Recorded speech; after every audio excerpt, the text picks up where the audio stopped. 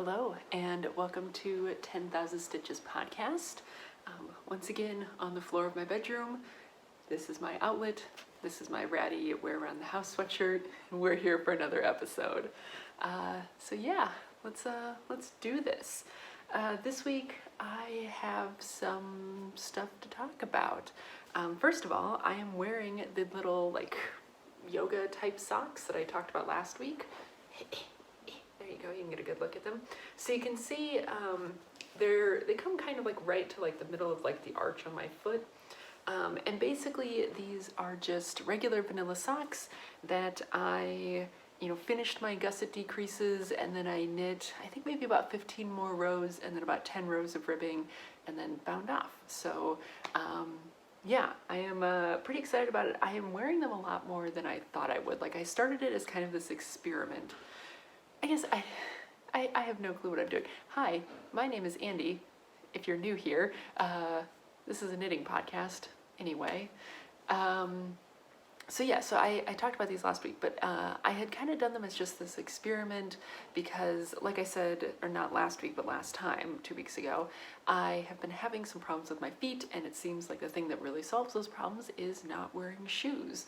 So basically for the past probably almost month now, because this was going on before I recorded last time, I have basically not been wearing shoes. I haven't been wearing normal shoes. I've been wearing my Birkenstocks, and I recently got another pair of sandals that I've sort of been wearing. But yeah, and it really has been helping a lot. But every so often my feet will get cold, and what I'm finding is that it's not actually that my toes are cold or that my feet themselves are cold, but that if I can keep my ankles warm, that really helps to sort of alleviate that feeling of cold feet. Right now, the house is kind of chilly because we're in this cold spell, I think everywhere else is.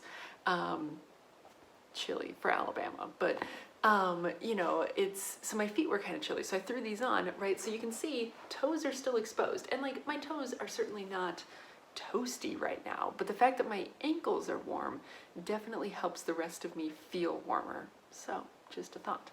So I guess maybe that'll lead me into the first whip that I want to talk about, which is another pair of socks. So this is a pair of socks that I had started a while ago, and then I got kind of annoyed with them and just sort of put them in the basket of timeout knits. And I picked them back up today because, for one, I don't have any sock projects going on right now, and for reasons that I will discuss in a moment, I kind of needed some socks to work on. But I got thinking well, hey, I enjoy this, I enjoy the yarn, why not make another little pair of short socks out of them, or toeless socks, I guess, out of them. So this yarn, let's show you guys the yarn first. So this yarn is one of my hand-dyed yarns. It's on the Fleechy base by Knit Picks. So it's a 75/25 Superwash Merino nylon base. And it's just this very sort of pale purpley color. Like always, purple doesn't show up very well on camera, but I actually think this is maybe fairly true. It's a very sort of pale lilac-y, lavendery kind of color. And the socks that I'm knitting are the My Cup of Tea socks, I think is what the pattern is called. It's a free pattern. It's a pretty well-known one. It's been around for a while, but it has this really beautiful sort of scale pattern on the front. I think of scales, I think some people think of this as sort of flowers, but either way, I thought that it works really well with sort of this kind of yarn where it's a fairly solid yarn. This is hand dyed, so you can see it is a little bit tonal, but it's fairly consistent coloring, and I think that really works well to show off this sort of pattern. I've seen people make them with self-striping, and you do get something kind of interesting then because of sort of the little ripples that are caused, but I think it looks really great in a nice semi-solid lighter colored yarn that can really show off the pattern. So yeah, so I think I just knit the last set of gusset decreases on this. So that's kind of where I am. I think, like I said, I'm gonna make these sort of toeless, like the ones that I'm currently wearing. I think this one I might go a little bit further on the foot. Like I said, the ones that I'm currently wearing, I knit 15 rows before doing some ribbing, so about 25 rows total after the gusset decreases. This one I might do a little bit more. I haven't quite decided how far. I'm gonna kind of try them on as I go, but I think what I want, I guess using my foot as a reference, so these kind of end right sort of at the middle of my arch. I think maybe I'd like them to end sort of right before the ball of my foot. So maybe another I don't know, 2 to 3 centimeters worth. So, you know, another 15 rows or so. And we'll see if that does the trick. But yeah, and these are being knit on a US 0, which is a 2mm needle, and it's a 72 stitch sock. And yeah, that's that. So the reason that I picked this up was because I was doing some knitting on another project this morning and it really started to aggravate my wrists. So let's talk about that project. I mentioned this last time that I wanted to start this vest, and I don't know how to pronounce it properly. If I look at the word, I would say it's Miley, but I'm pretty sure that's not how it's pronounced. But I'll put the name of the pattern up on the screen. But it's a vest pattern, and I forget who the name of the designer is, but again, I'll put that up on the screen. But it's this really pretty vest that, you know, is fairly simple and, you know, has this like big elegant collar and all that kind of stuff. And so this morning I got excited, even though I'm not done with the sweater that I showed off last time. But I got excited and bought the pattern and started it. And so at the beginning you start with the back, so you cast on sort of the back piece and you knit back across, you know, back and forth in stockinette across the back. And then I think you put that on hold and you pick up the front pieces and you sort of knit the fronts down until you hit the armpits, and then you join everything and work everything in one piece the rest of the way. So this right now is just back and forth stockinette, right? So I just have a big chunk of stockinette. And for whatever reason, stockinette really, like in big swaths like this, and knit flat, definitely tends to bother my wrists, and it's worse when it's like a heavier weight yarn, right? So this is being knit with a worsted weight yarn on US 6s, which are 4mm needles. So you can see it's producing like a fairly dense fabric. And that just like, for whatever reason, really aggravated something in my wrist this morning. So it's like I can knit the sock and be fine. And it doesn't hurt when I'm knitting this, but it really hurts like if I start to try and like pick things up or do anything with my wrist. So that's like sort of a sign to me like, okay, like you got to start on it. You went too hard, too fast, and you need to put this away. But yeah, so like I said, it's that vest pattern, and the yarn, I don't know if this will, oh, that's sort of picking up the color. So the yarn it's like Lion Brand Pound of Love, I think. Yeah, Pound of Love. And the colorway is 143 Claret. It's just this really beautiful sort of deep red black color. And yeah, I think the pattern, so I'm knitting the size, I'm knitting the second smallest size, which is supposed to produce a 32-inch finished measurement across the bust. And I was sort of in between sizes. So the second smallest size is for a 32-inch bust. The third smallest size is for a 36. And I have a 34-inch bust. And the designer said that it's, you know, if you want it to fit nicely like the way it does in her pictures, to go for like a size smaller maybe, if you're like in between sizes. So I figured I would go ahead and do that. And if it turns out that it's, you know, a little bit tight, like my guess is that it would only be maybe like an inch small or something. I can always just knit the front button bands a little bit longer and that'll, you know, fix that. So I don't think I'm like so far off of sizing that like I would actually need to knit a bigger size. I think if anything, I'm maybe an inch and could fix that with longer button bands. So, but yeah, I'm really excited for this.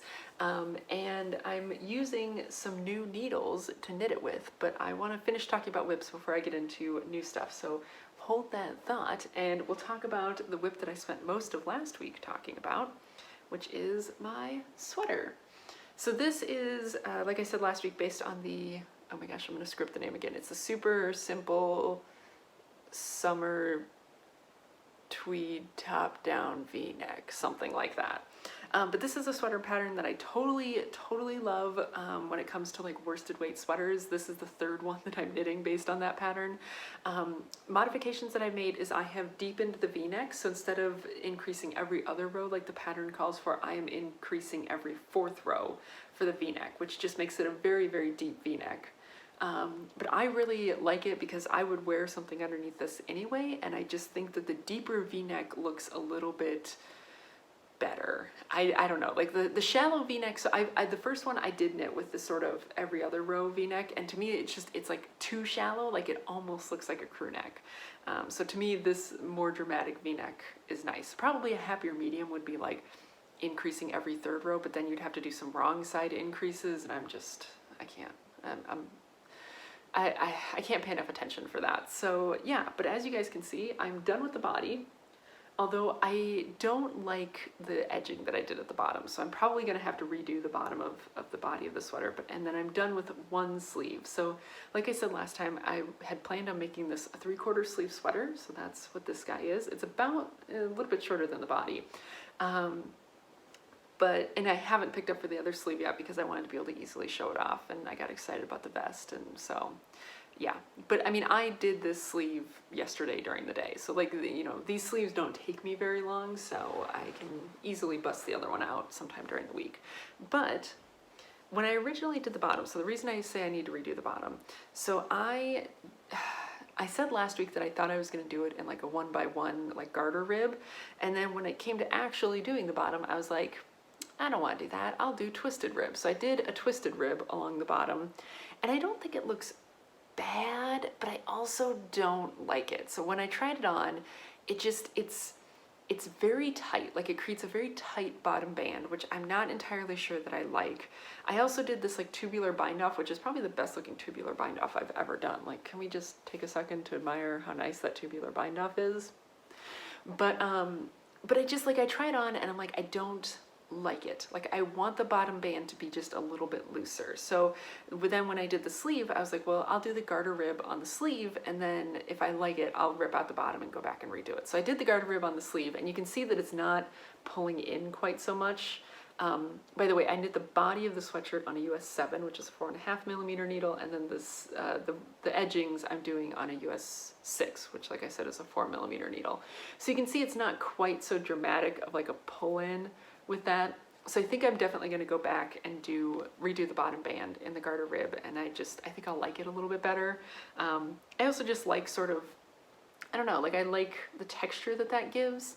So yeah, so like I said, I'm going to do the other sleeve just like this one, and then I still need to pick up as well for the neckline, which I'm also going to do in the garter rib, and then I'll be done. So I think probably by next weekend, this will be, if not finished, mostly finished. And then yeah, it'll, you know, just in time for it to get too warm to actually wear it. But I definitely think I will still be able to wear this like at work. It'll just be a matter of making sure that I wear like a t-shirt underneath it, so that if I go outside I can, you know, take the sweater off and not overheat. But yeah, that's how it looks. Pretty pleased with it. I am not going to bother putting it on because it just doesn't, like I said, I don't really like the way the bottom looks, but I will definitely, you know, model it once it's done. And something that I forgot to mention last week about this pattern. So this is a free pattern. It has a lot of projects on it. A lot of people have kind of done what I've done and like taken it and, you know, modified it and like really made it into their own.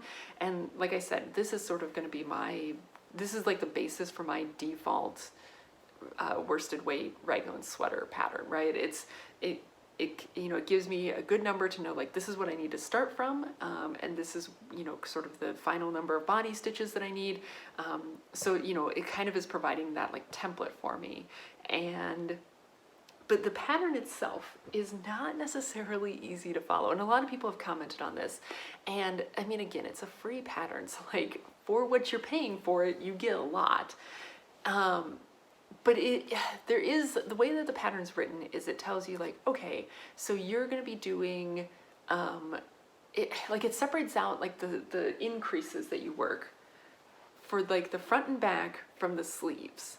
So it'll be like, you know, and like when you're up at the top here, it doesn't really make a difference. It's like every other row, like you're going to, you know, knit to the marker and slip the marker and increase, and then knit to the next marker, increase, slip marker. But then it's like, and at the same time, you know, do these increases before the markers. So like, even though it's basic raglan increasing, where it's like every single time you come to one of the raglan, you know, markers, you increase on both sides of it, it's written in such a way that it's like a little bit confusing, especially because once you get to sort of this area down here, right, the bottom of the increases, you're no longer increasing every other row. And there's like one set of increases that you do for the sleeves when you're not increasing for the body. And so like, I wouldn't say that this is like a bad pattern if you've never knit a sweater before, but I probably wouldn't suggest this one if you've never knit a sweater. Like, I would say, you know, get something like the Harvest or the Flax by Tin Can Knits, which is like a much simpler sort of raglan sweater and then do this one. Like once you kind of know how raglan sweaters work, definitely this pattern is great. But it can be written a little bit confusing if you have never knit a raglan style sweater before. But like what I did, so after I knit this the first time, when I went back and knit it again the second time, I basically took the pattern line by line. Once I knew my size, right, I took the pattern and I transposed it into sort of the format that I'm more used to, which is what I was just saying, right? You know, knit to the raglan marker, increase on both sides, knit to the next marker, increase on both sides. And then I basically wrote out the instructions for those last couple weird rows in the yoke, you know, such that like it's row by row and you don't have to be like jumping between two different sets of instructions. Because like for me, since I know I'm going to be knitting this pattern again and again and again, it just makes it so much more easy for me to like go back and reference it if it's sort of written the way that I want to read it.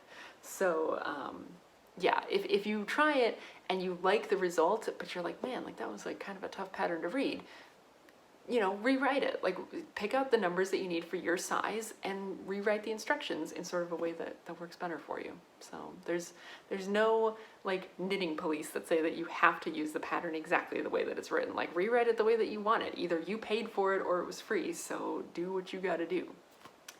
But yeah. So let's take a drink of water real quick. And then let's talk about some new stuff that I got. So this is an order that I placed forever ago with Knit Picks. I had a little bit of extra cash to treat myself, and so I placed an order through Knit Picks for something that I've been wanting for a long, long time. Anytime that I'm knitting like sweaters or like this vest or basically anything other than socks, I have found that I really prefer using wooden needles. And I've slowly been like buying interchangeable tips, both from Knit Picks and Knitter's Pride, since they work with each other, right? The cords and the tips and everything work with each other.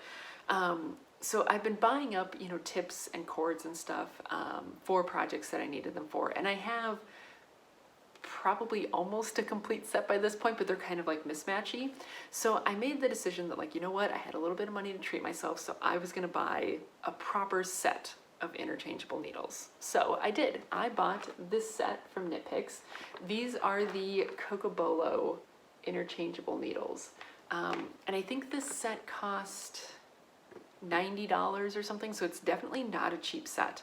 And I wanted to talk about them because of that, right? So I've used basically all of Knit Picks' various interchangeable needles.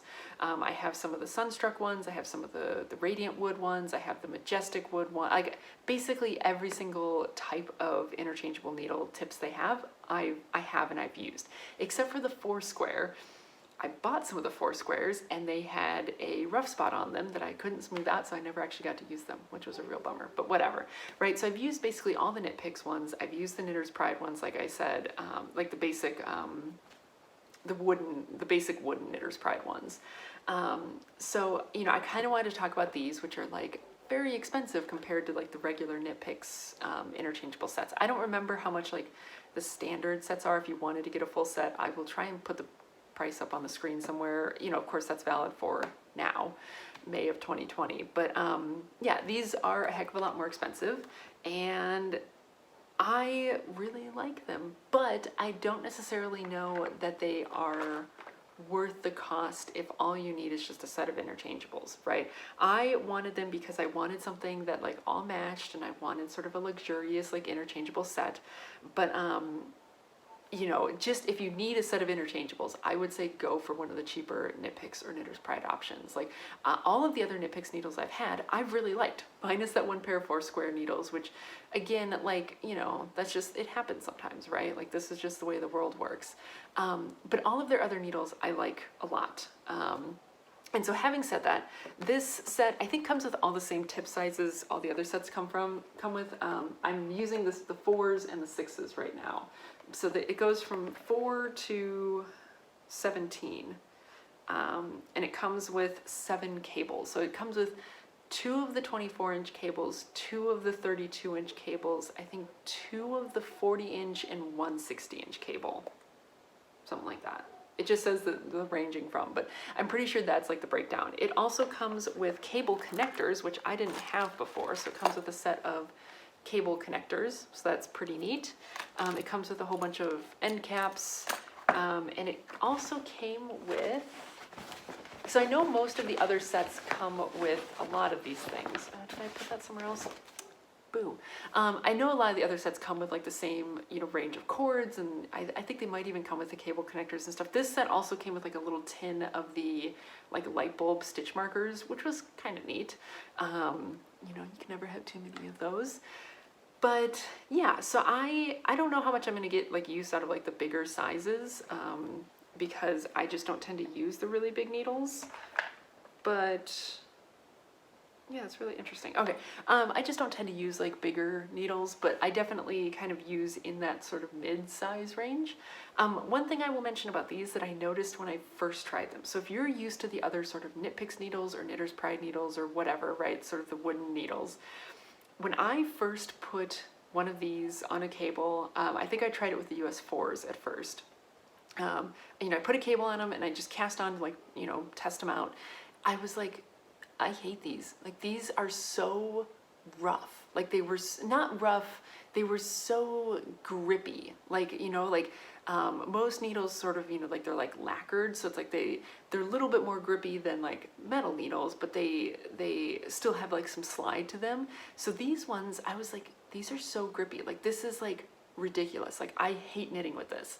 And so like I kept working for a little bit, and eventually it sort of smoothed out sort of as I'd like worked some yarn over it.